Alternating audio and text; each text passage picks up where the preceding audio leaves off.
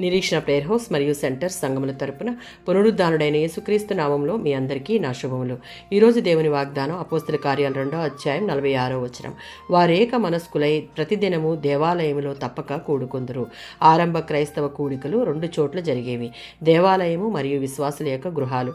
ఆ రోజులలో వారికి గుడి కానీ ఏ కట్టడం కానీ దేవుని ఆరాధించుటకు లేదు కనుక వీలున్న చోట్ల సమకూడేవారు. ఈ ఆసక్తి గల విశ్వాసులకు వారానికి ఒకసారి సమకూడడం చాలలేదు, ఇంకా ఎక్కువగా దేవుని వాక్యాన్ని వినడానికి, ప్రార్థించుటకు, ఆరాధించుటకు ఆశ కలిగిన వారై ప్రతిదినము సహవాసంలో కూడుకునేవారు. ఇదంతా యథార్థంగా సంతోషంగా ఉన్నవారి యొక్క అంతరంగంలో నుంచి వచ్చిన ఆసక్తితో కూడిన కోరిక.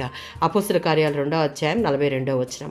వారు ఏక మనసుతో ప్రతిదినము కూడుకుని దేవుని స్తుతించి ఆరాధించుటయే కాదు, ఉపదేశం వినుటలోను, సహవాసంగా కూడుకొనుటలోను, రొట్టె విరుచుట అనగా ప్రభువు బల్లలో పాలు పొందుటలోను, ప్రార్థన చేయడంలోను ఎడతెగక ఉన్నారు. అంతేకాకుండా అపోస్తల కార్యాలు 5:42 సేవకులైన వారి చుట్టూ దేవుని స్తుతించుటకు కూడుకొనుటలో ఎన్నో ప్రతికూల పరిస్థితులు అంటే కఠినమైన శిక్ష, ఖైదు, మరణం గురించిన బెదిరింపు మాటలు ఎదురైనా సరే పరిశుద్ధాత్మలో నిండి ఉన్న వీరు యేసే అభిషక్తుడు అని ప్రతిరోజు దేవాలయంలోనూ ఇంటింటా ఉపదేశిస్తూ ప్రకటిస్తూ ఉండడం మానలేదు.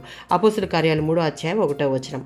మేడగదిలో దేవునిని గూర్చి ప్రకటించుటకు ప్రారంభించిన వీరి ప్రస్థానం ఎక్కడా ఆగకుండా యేసు అప్పగించిన పనిని శ్రద్ధాశక్తులతో చేయుటకు ఎన్ని ఆటంకాలు ఎదురైనా ఆగలేదు. మధ్యాహ్నం 3 గంటలకు దేవాలయంలో సాయంకాల అర్పణలు, ప్రార్థనలు చేయుటకు పేతురు, యోహాన్లు దేవాలయంలోనికి వెళుతూ ఉండేవారు.